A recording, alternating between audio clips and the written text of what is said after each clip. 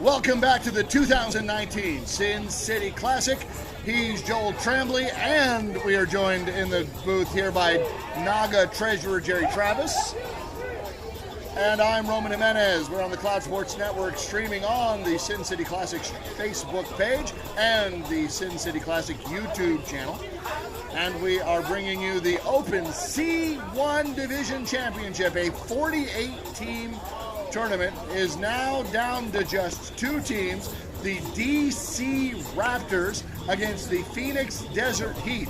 Phoenix is coming out of the game, or into the game, as the undefeated winner of the winner's bracket, and the DC Raptors just won a big game against the San Diego Quake to earn themselves into this game.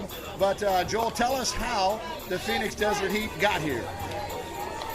All right, so the Desert Heat, as Roman, I believe, said, is coming to us out of the winner's bracket, and they are undefeated in the tournament so far. In their pool play, they played the Devils and beat them 12-7, and then had a close game against the Fury. In the tournament, they beat another San Diego team, the OMG, then the Bulldogs, the Fighting Cocks, the Wild, and then these very Raptors in the last game of the winner's bracket until now. And coming up for the Phoenix Desert Heat, we have the DC Raptors. Raptors will be batting first in this game. We will have that lineup for you here in a second. Joel, I think you do have it. I do have the Raptors lineup. So go ahead and share that with us. Read it the best we can here. It looks like leading off will be the left center fielder Burris, followed by the shortstop Chandler. The left fielder Morakeen, the third baseman Runster, the right fielder Morakeen, the first baseman Navajo, the catcher Tejado, the right fielder Sordo, the right center fielder Leone, and the second baseman Otero.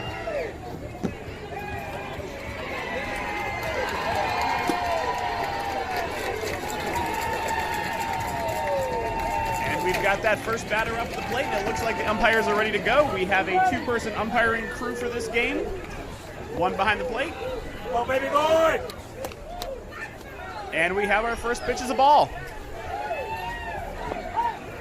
And now a called strike. All the batters start with a 1-1 count, so it's now 2-2. Ball is fouled back, and we have our first out.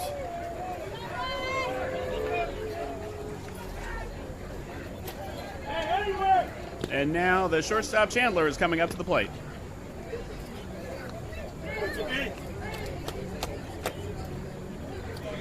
We were going to be joined by Jerry Travis, the Naga Treasurer, but he has had to step away as we see a hard line shot down the first base side.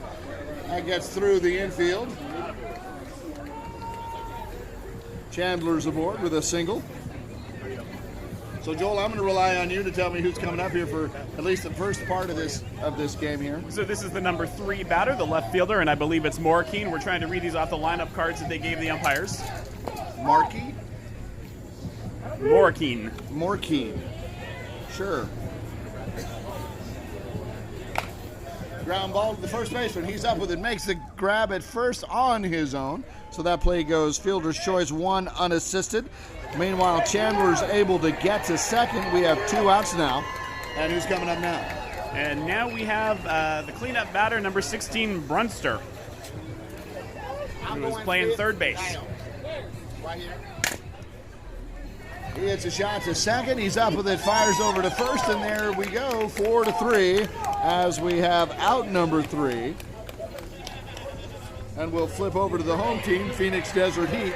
It'll be Cosme, Barry, Calvert, Lynch, Lucero, LaRosa, Radke, Geyer, Snower, Carbajal, Mata, and then Delgado coming up for the Desert Heat as they are the home team. So the way that it works, the home team will have to be double dipped. And Joel, I mentioned that we would bring some updates as we had them for that A Division championship during that last B Division championship game, but the A Division championship went longer than the B Division championship, so we didn't have much of an update to give you. But I can tell you that your 2019 Sin City Classic A Division champion is Phoenix Charlies, double dipping the 2-time world champions, Palm Springs Rounders 2.0, so congratulations to them. My goodness, to go get that if game and then win that if game, that's an impressive feat, 2 in a row. So congratulations to them, and we are now bringing you the second half, of the bottom half of the inning between the Phoenix Desert Heat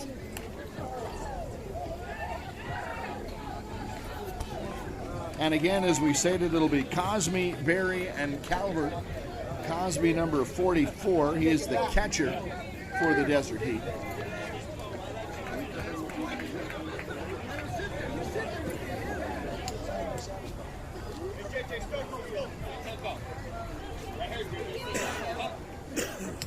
And if the Desert Heat look a little familiar to our viewers, it's because we did broadcast one of their games yesterday.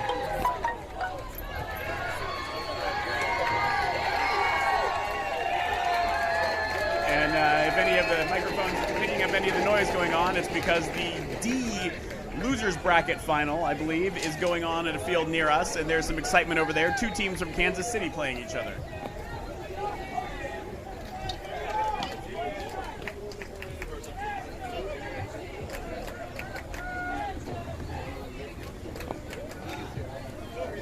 And that's ball 4 and a walk to the leadoff batter.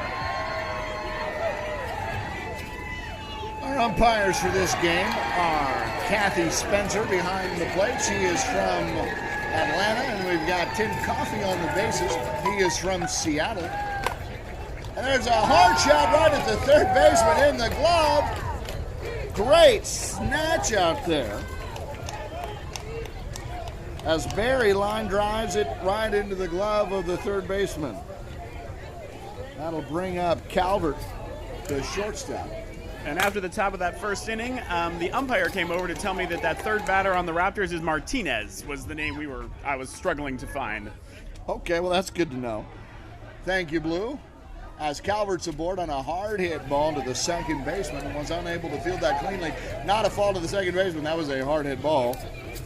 So Calvert gets to first, and Cosme is at second. That'll bring up Lynch, the extra hitter.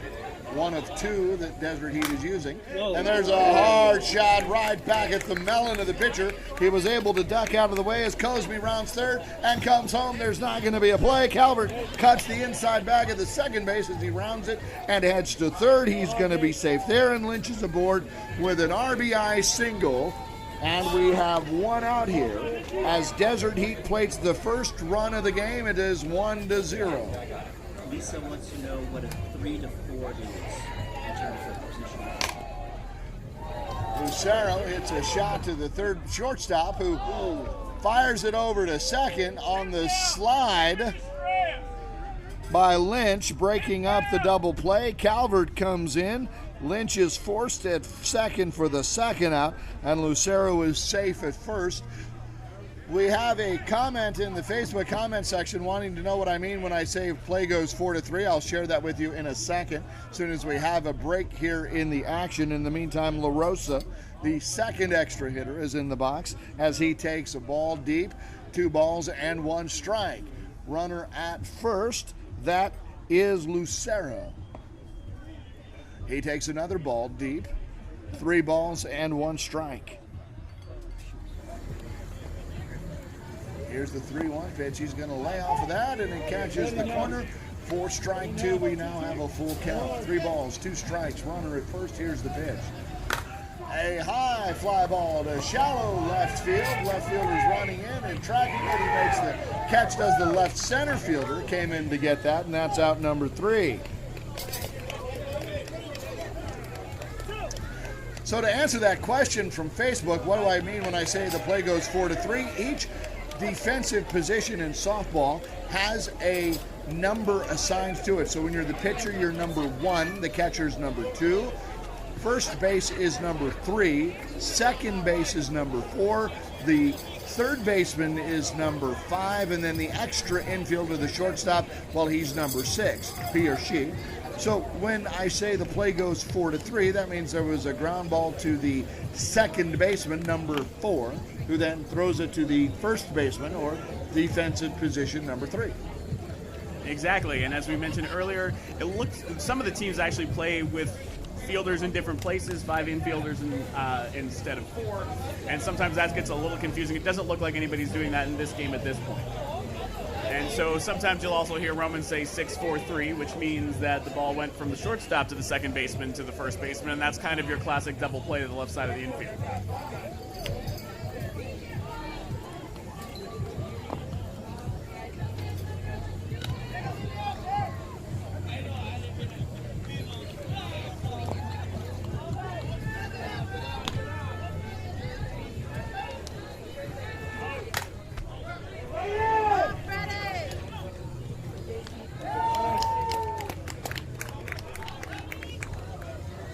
So that was Marquin leading off there. The inning gets a fly ball to the outfield, and that is caught for out number 1. Brings up Navajo. He'll be followed by Tejado, Sorto, Leon, and then Otero.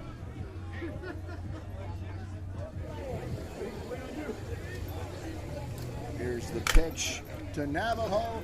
Hard ground ball right back up the middle, and it's through. And you might be noticing some of the players and the umpires wearing some cold weather gear that's obscuring their numbers. We've been having a fight with our phones that keep telling us it's in the 50s, which we don't believe based on how we're feeling. But it is a chilly night here under the lights.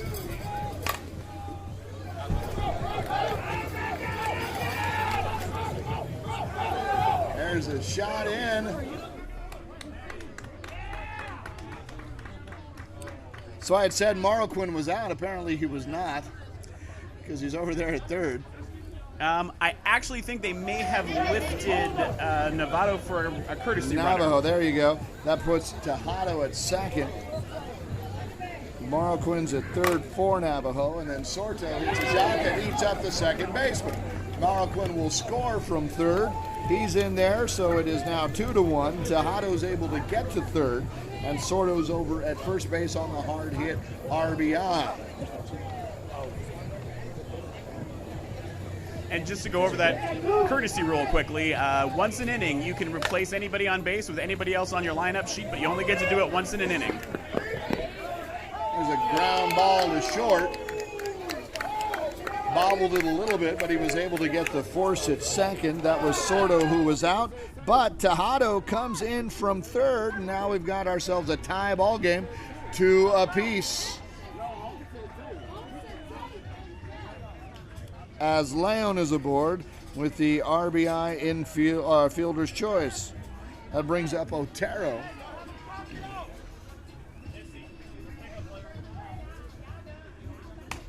There's the fly ball. Left center field, that one drops. Leon will get to second, but hold there, and Otero is aboard with a single, and we flip the lineup back to the top of the order.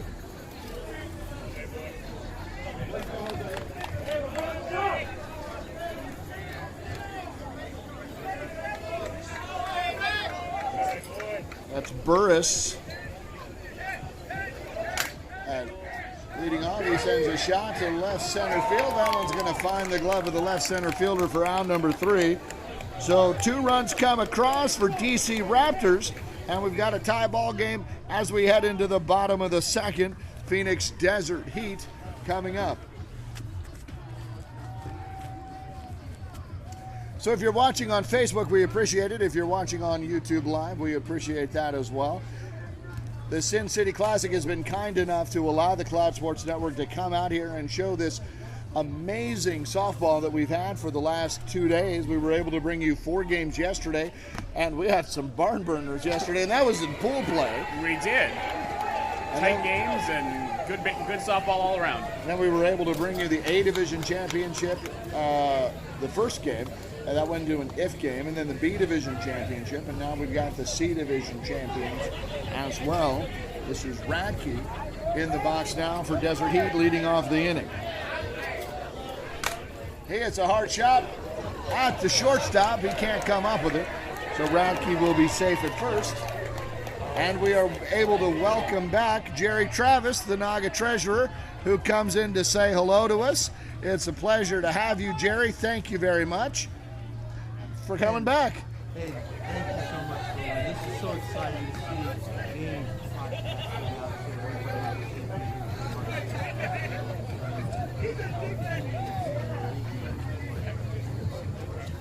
Well, it is indeed our pleasure to do it. You know, we play, so we know the passion that people have for the sport. We know the passion that people have for the sport. Jerry, and I'm going to get you to say that again because I actually didn't have your microphone turned on. I want to thank you for allowing me to come on and speak, and this is absolutely incredible to see our games being podcasted so our family and friends, league members can watch our teams and follow them and see them. This is only the beginning, and I know it's going to get even better and better, and thank you so much. Well, it is our pleasure as Geyer pokes one through the infield. Radke's going to round second and head for third. He takes a look, but he's going to hold there. Geyer gets to second, and that'll bring up Snower. So, Jerry, you have been the Naga treasurer for 10 years. 10 years. And in a week, that all changes. Oh, my God, yes. Talk about that a little bit. Oh, it's exciting. Nagas is, what was turned over to, there's, in a week, there will be 33 years of experience leading the Naga board. We're not going very far, but it's time it's a younger generation. It's handing over. And what we're handing over to them is much better than what was handed over to us. And it's not people who handed over to us did an amazing job. And what we made it a little better, and we know that this next leaders that we have are going to take it and make it even better and better. And there's a line shot over the head of the shortstop. Geyer will round third and come home. Snower gets to second and holds there. And Carbajal's aboard with an RBI single. So it is now 4-2. Desert Heat has scored 2 in this inning. So Desert Heat has 4 and DC Raptors has 2. So Jerry, you were talking about that. So as a former committee chair for Naga and as a former city delegate to Naga from San Diego, I just want to say thank you for all of your years of hard work. I know that it's not a paid position. You put in a lot of hours, about as many as you would for your own business, and I know you have your own business, and I know that it's keeping the books is a full-time job, and on behalf of so many people, we wanted to take an opportunity to say thank you while you were here. Couldn't let the opportunity go by, as Snower doesn't let the opportunity go by to round third and come in from home, and Carbajal gets to third. Mata's going to stay at first as they're just now putting it on. It's 5-2 now. It's in your way. I'll just take it.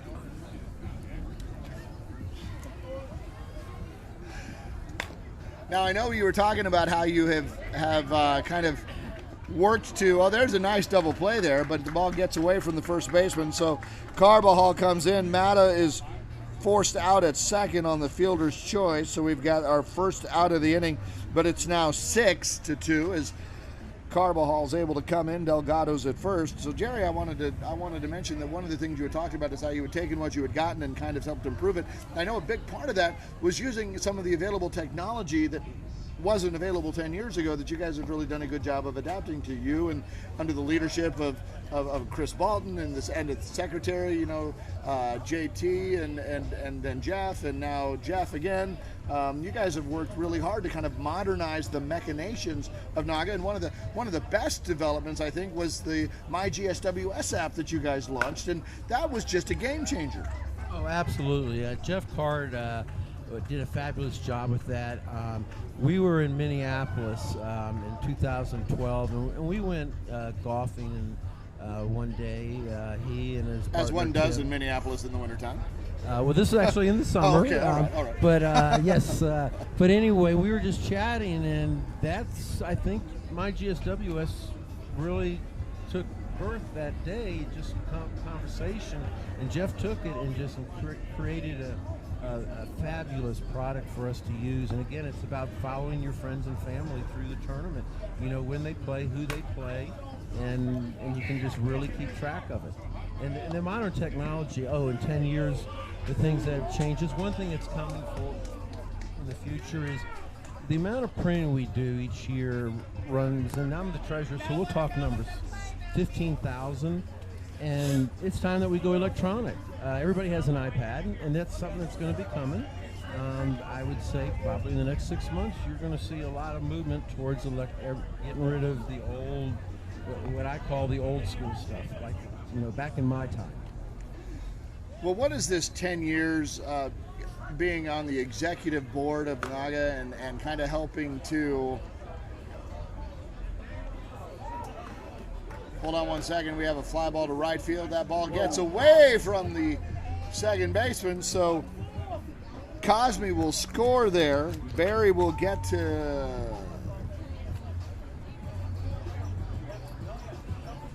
third. Looks like. Yeah, Barry got over to third on that one. As sort of a trustee of this organization, taking it on and then passing it on. What is this last 10 years meant to you? I wouldn't change it, at all. When I first came in, 10 years ago, I was really shocked that I was elected and entrusted with our financial future.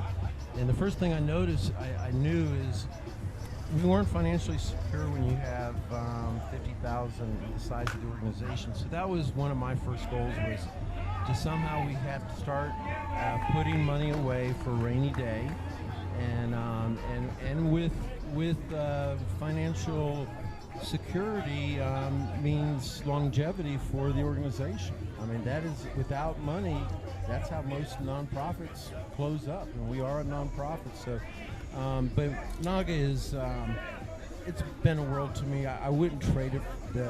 It is a lot of time. But I wouldn't trade it. All the friendships and the lifetime memories that just are just incredible, and you do it for the love, the passion of the game, and it's all about the players. So let's talk a little bit about what events like Sin City does to help expand the brand and create excitement at the beginning of the year. It kind of becomes the kickoff point, really, doesn't it? Oh, absolutely. It is the kickoff to the new year. Teams come here from all over, and there's awesome competition, and they're kind of gauging where their team is set up for the next run at the next year's GSWs. This is where it begins. And you get competition from all over, and good competition, so they know what they need to bring at the next year's World Series, and the camaraderie here. The registration party. Oh my gosh! It is so freaking packed. It is crazy. We had the folks from Chappie, who was one of the sponsors, and we had the folks from Toyota, the presenting sponsor, that we had a chance to visit with at the registration party, and they were this is Toyota's third year doing it, but Chappie, they were like, my goodness, this is a lot. Anybody who hasn't been to Sin City Classic, just registration party is worth the trip. Honestly, it is. You're not kidding. It is absolutely the funnest 3-4 hours of your life. Right. And then you just go out and party all night, but the next morning at 8 o'clock you might have that thing. Yeah, be careful about that. Well, and there's 20 different sports here, so they all have to go and register on Friday night. We were, I don't know if you had a chance to see it, but we were broadcasting from the registration party, and one of the things that we did was we interviewed the sports directors of each of the 20 sports throughout the course of the day. That meant that I had to get onto the wrestling mat and get thrown around a little bit. I wish I was there to see that. Oh, you don't? But I got to run because in D1, that was my You better get division. Third place is about ready to be awarded, so I've got to run. But thank you, Roman. Thank you so much. And I want to thank all the Naga members and family for the last 10 years. Your board works really hard, but without your all support, none of this happens. So thank you all. Well, Jerry, it's been a pleasure. Thanks for joining us. Have a great rest of your weekend, sir. Thank you so much. That was Jerry Travis, everybody, outgoing Naga treasurer of the last 10 years. He'll be handing it over to whoever wins the election next weekend. So thank you, Jerry, for visiting with us. Joel, in the meantime, catch us up on what we missed. We've got some pretty good defense going on. We do have some pretty good defense. So that second inning ended with Phoenix plating 6 runs in the bottom of the inning. So we started this inning with 2 fly balls to right center, and then a double, and now the last out was a pop-up to short, and so the top of the third is over. No score there by the Raptors, and so we are going to be going into the bottom of the third with the Desert Heat coming up with the score 8-2. That means we'll be visited by Lynch coming up to the plate, then Lucero, and then La Rosa. So it'll be Lynch, Lucero, La Rosa coming up for the Desert Heat. What a pleasure to have Jerry Travis come and visit with us. That was unexpected, but that's kind of one of the things that happens here at the Sin City Classic. You get to see your selected family from all over the country. Jerry hails from South Florida, and so it was, Tampa, and it was a pleasure to get to visit with him. Having served on our local board for our As league the in treasurer. San Diego, as the treasurer, I can't imagine doing it for an entire country of different people, different 10 softball years. leagues for 10 years, with the fees for the tournaments and any penalties and hotel rooms and all those kinds of things. It's an incredibly difficult job, and it shows a lot of commitment to giving people a good experience that he would do that job for that long so well. So Lynch takes a pitch. So again, just to recap everything on the day's broadcast, your A-Division Sin City 2019 champion was Charlie's of Phoenix. Your B-Division champion was the Austin, Texas Fusion. And your C-Division championship is happening right in front of you as Lynch flies out to left field. So actually, Roman, I think that was Lucero. It's a little hard to tell My bad, sometimes my because bad. It's hard the to tell numbers the are number was covered up by up. warm weather gear. But I think Lynch ended the bottom of the you're second. right, with so the sac fly, we got right. La Rosa now after an out by Lucero. So that's now La Rosa at the plate. Arizona Desert Heat are very popular all over. And there's a moonshot all the way over the fence, complete with the bat flip. La Rosa hits a solo shot home run to add on here, as it is now 9-2. And we have been talking about home runs because every division has a different rule. So for those who saw our A championship broadcast, those teams could hit 4 a game. In D it was, or in B it was 2. In this, that's the home run. That's it. Ground ball through the infield there for Radke as he's aboard with a 1-out single. That will bring up Geyer, the second baseman.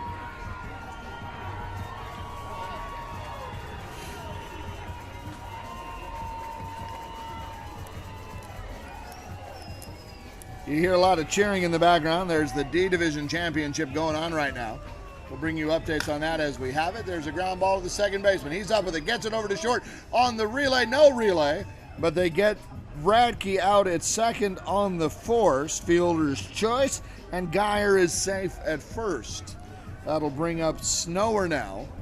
And since we talked about the numbers, we should probably just mention what a fielder's choice is, and that's sort of where the fielder getting the ball could throw to either base. So the hitter didn't really get a hit, but he may end up on the base. But it was the fielder's decision choice where to throw the ball to get the out. And one of these days, someone is going to have to explain to me why that's factored into someone's rating. If you hit into a fielder's choice and you're penalized for someone getting on base ahead of you, that makes no sense to me. But there we have it. And there you or have as it. I say, there we are. And the ratings are what separates the A and B and C division, so you know where you're going to play based on your skill level. So you're playing with players and teams of comparable skill. And there's a lot of those. And one of the things we look at is what's called a modified on-base percentage, which is a little different than your pro athletes. Another one, Roman, is that if you hit a long fly ball and it scores a run, it matters. It changes whether or not the run is scored or it doesn't score. And there's the long fly ball to deep right center field that is caught at the warning track. So one run comes across, but that's all as Carbajal flies out to right center for out number 3. So coming back when we head into the 4th inning, it'll be Mata, Delgado, and then we'll flip the lineup with Cosme. But for now, as we head into the top of the 4th inning for the DC Raptors, they trail by 7. So, Facebook, who do you have? Who do you have, Facebook? Are you rooting for the Phoenix Desert Heat, or are you rooting for the winners of the losers bracket, the DC Raptors, who had to come all the way back to fight it out? Phoenix are very, very heavy favorites on that. If you're watching on Facebook or YouTube, let us know who you are rooting for. So, Joel, we've seen some good softball this weekend. We have seen some amazing softball this weekend. I particularly like to see the A and B because I don't get to see that level very much.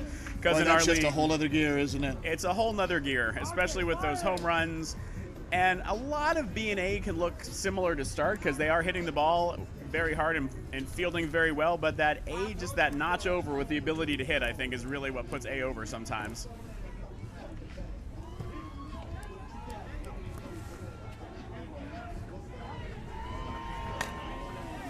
And that's Tejado. Tejado hits a fly ball to left center field that gets away from the dive of the left center fielder. He rounds first, heads to second. The relay throw is not in time on the feet first slide. Tejado is safe at second. That was Navajo who had flown out ahead of him. And That'll we've got bring up Sordo. And we've got a courtesy runner again. They're going to use that. A lot of managers feel like you shouldn't let an inning go by where you don't use your courtesy runner if you have a runner fast enough to make a positive switch. You can't take it with you. You can't add them up for later. Sordo hits a ground ball, third base. He's up with it. Fires the long strike over to first. They get him on the play that goes 5-3 for out number 2. And because of where that ball was hit, the third baseman watched Tejado all the way back to second base before firing that strike. So Tejado had to stay put at second, so he's still there. And that'll bring up Leon.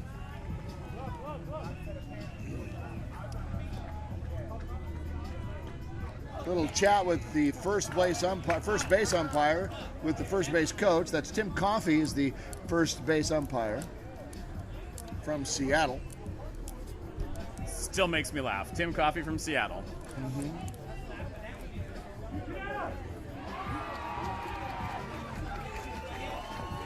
He takes the ball inside, does Leon.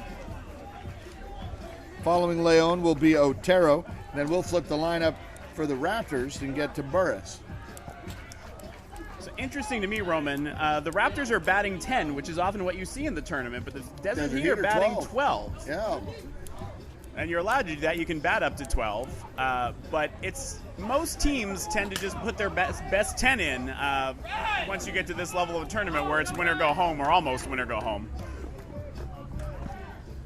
So on the seeing eye single up the middle, Tejado rounds third and comes home to score. Leon will get to first and stay there, and that'll bring up the aforementioned Otero. And you're right, because what happens is when you have 2 fewer people in the lineup, that means that the potential is there for your 1, 2, and 3 hitters to get up an extra 1 or possibly twice more in a ball game, because those are at bats that are not going to additional bodies in the lineup. getting a little in the weeds here, but there we go.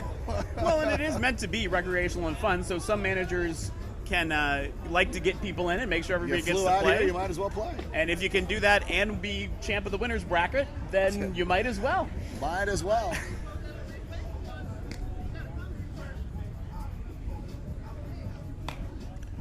There's a ground ball, third base. He's up with it. Gets it over to second on the cover, and that is out number 3. Forced out was Leon on the fielder's choice by Otero, and that means that coming up we'll have Burns leading off, followed by Chandler and then Marquine. Meantime, we're heading into the bottom of the 4th inning. It'll be Mata, Delgado, and then we'll flip over for Cosme here at the C Division Championship of the 2019 Sin City Classic here in Las Vegas, Nevada. A balmy 53 degrees on this Sunday night, January 20th. Making a defensive substitution now, or an offensive substitution. Roy wants us to describe the difference between That's upper number and lower 6, seed. Henriquez, I believe, coming in for number 8, Tejado.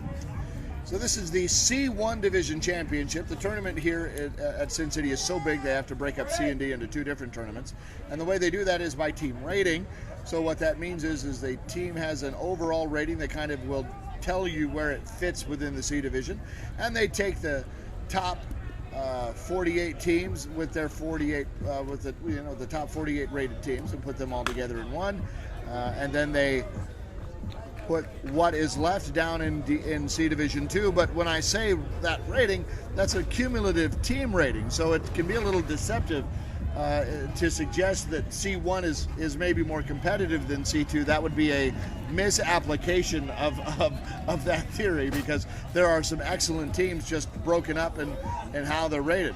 Exactly. Every team here at the Classic wants to win and plays as hard as they can, and the competitiveness doesn't change as you go up and down these divisions, and certainly not within a break like C1, C2. So the main difference between C1 and C2 is, well, frankly, C1 is larger. So Delgado strikes out because he hit that third foul, or the third strike foul, and so that, because there's no foul to give, that's really just strike 3. So we have 1 out, and we still have Mata at second, and now we've got Cosme coming up here.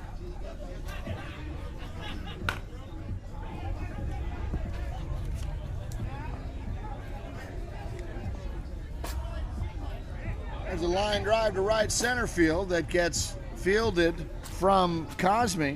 He gets into second, though, as the ball gets away from the cutoff.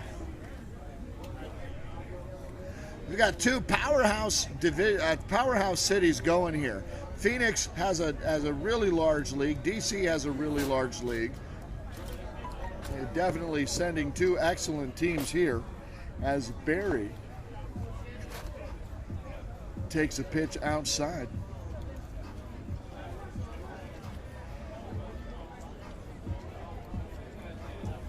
Home plate umpire Kathy Spencer from Atlanta calling that a ball. And there's a ball that gets by the dive of the third baseman. Cosme rounds third, coming home, chugging. That's not Cosme, but that's the runner for him. And Barry gets to first. Calvert will come up now as the Desert Heat have plated yet another run.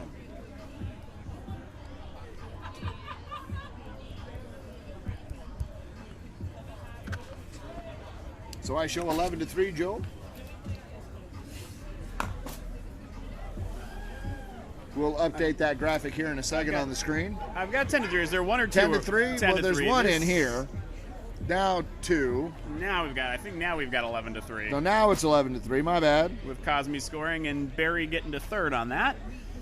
Hit by Calvert.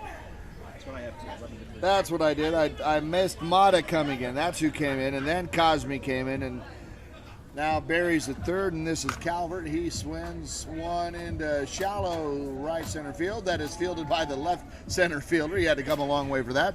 And then that lets Barry tag up from third to come in for the third run of the inning. So now we're at 12.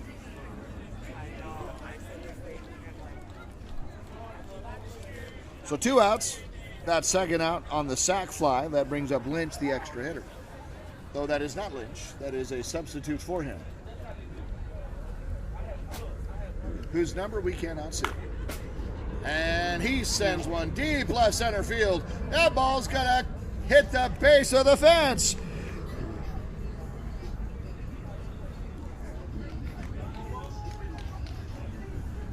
That brings Calvert home all the way. And that, I think, was Lucero there again without the number. So I think we have La Rosa coming to the plate now.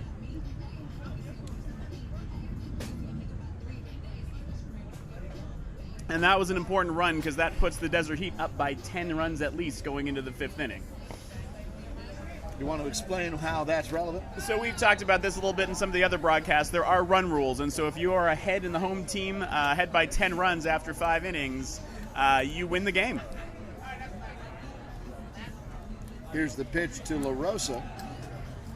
So if this score holds at 13-3, the Raptors would have to score in their half of the 5th inning to keep the game going.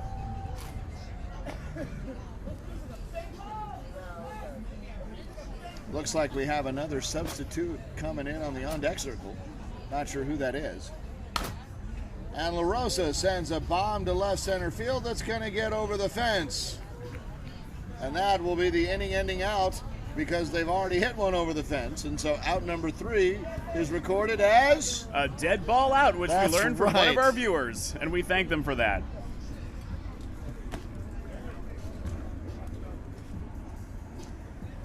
And so just to remind the viewers when we're talking about whether run rules and who wins this game, since the Desert Heat came out of the winner's bracket and have not lost in the tournament, if they win, they are the champions. If the Raptors can come back and win this game, they will have to beat the Desert Heat a second time to claim the championship because you have to lose twice in a double elimination tournament to get eliminated. And we saw that in the A division. They double dipped. And that's, that seems like right at this point, up by 10, that seems like a pretty big ask to do. But we'll see how things pan out. It is certainly not unheard of to see a team score 10 runs in an inning. Not at all. And these Raptors are probably a little more fresh than some teams that come out of the losers bracket. The team that they beat, Quake, had to come in and play at 8 a.m. this morning and then a game an hour from 10 until, at least scheduled. Some of the games took a little longer, from 10 until about 5 or 6 o'clock there, whereas the Raptors lost their game in the winners bracket, came to the top of the losers bracket, and just, I believe, all they had to do today to get to this game was beat Quake. All they had to do.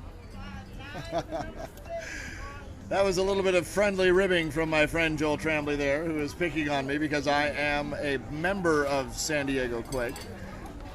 We got here at 7 o'clock this morning. We played at 8 o'clock and then had a break at 9 and then played at 10, 11, 12, 1, 2, 3, 4, 5, and then 6 o'clock. And that's an amazing run of games. Quake to this weekend was helmed by Brian Burnett, who did an outstanding job of managing a roster of 18 people and keeping them all fresh and keeping them all motivated. And there was a lot of good energy on that team. And we are leaving home this weekend with a third-place trophy and a great medallion around our necks. Really proud of how those boys did. And I'm going to stop talking about that now because it makes me seem remarkably impartial. That's the benefit of having the microphone. You get to say what you want most of the time. But suffice to say, Joel, that had that game turned out differently, you'd be doing the play-by-play and I'd be out there pitching. Yeah. Fortunately, we don't have to recuse ourselves. So how many outs do we have now, Joel? Let me Putting see you on the spot here. I believe we're just 1 out away, right? I believe we are just 1 out away. So they need a run here, or Phoenix Desert Heat's going to walk away with this, coming undefeated out of the winner's bracket, and then getting assuming my math is good. A run, yeah, well, it's good. Getting a run rule here.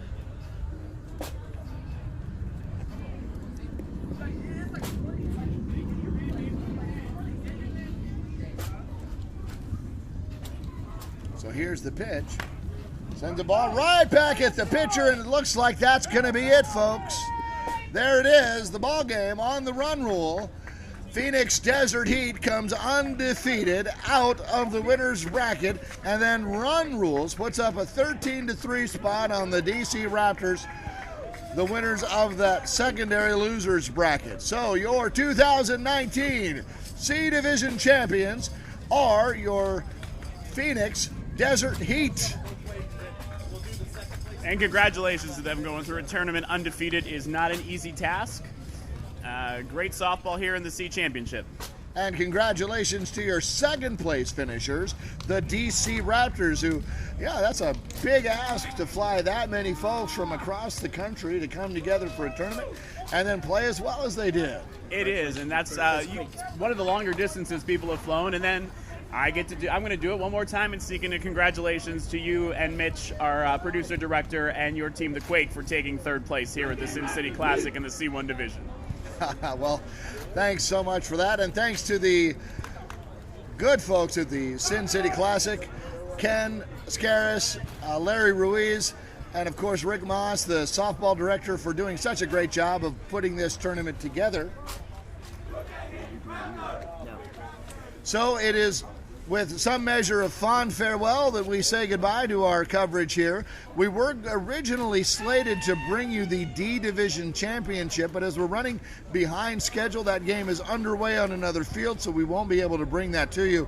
But I can say that we'll keep our cameras trained here on some of these folks so that you can watch the DC Raptors get their trophies, and then, of course, you'll be able to watch Phoenix Desert Heat get theirs before we turn the cameras dark. But in the meantime, Joel Tremblay, what do you think? I think the Classic has been an amazing weekend of softball, and from what I hear from friends in kickball and dodgeball, it has just been an amazing sports weekend with good friends and good competition. And I think everybody's already looking forward to Classic 2020. I know I'll be there. Hopefully the Cloud Sports Network will be there covering these games, and we've for sure had a ball bringing you this coverage. We appreciate every eyeball that's out there. Share these games with your friends and family. Help us spread the word that sports by and for the LGBTQ community and our allies has an audience out there. We appreciate that you watched us here on the Sin City Classic Facebook page and the Sin City Classic YouTube channel. For Dr. Joel Tremblay, Mitch Barnes, I'm Roman Jimenez. Signing off, we'll keep our cameras rolling so you can watch this trophy presentation, and then as soon as the trophy presentation is over, we'll go dark on a 2019 Sin City tournament. We'll be back next year, and keep an eye out for more news on what LGBT sports event we'll be at next. Follow us on Facebook at Cloud Sports Network or on the YouTube channel at Cloud Sports Network as well. In the meantime, we'll see you next time.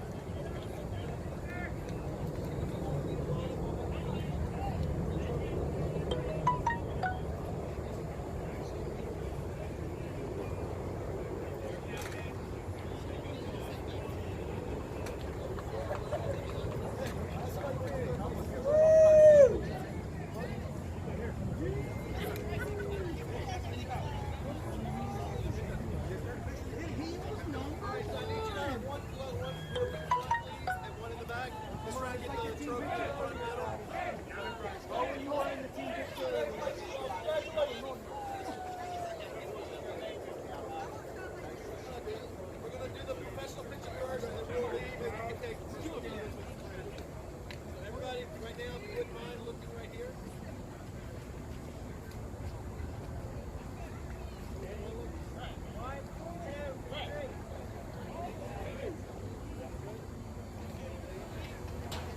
All right, let's see what was number one up. Let everybody know.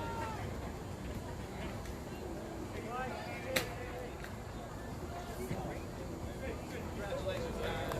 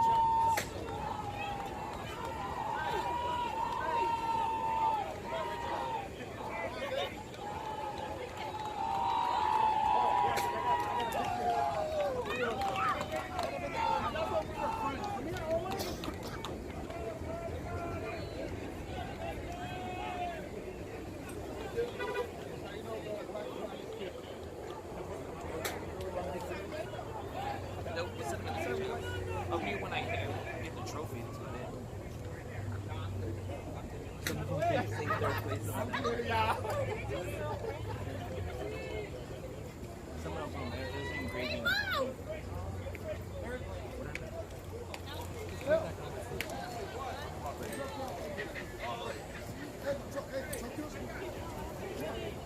I'm reading this right now.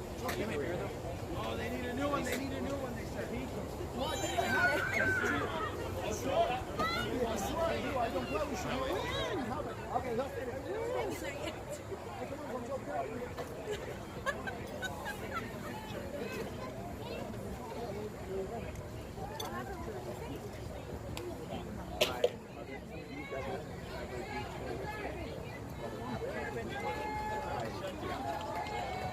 The coach is right. My filtering was fine. Oh, look.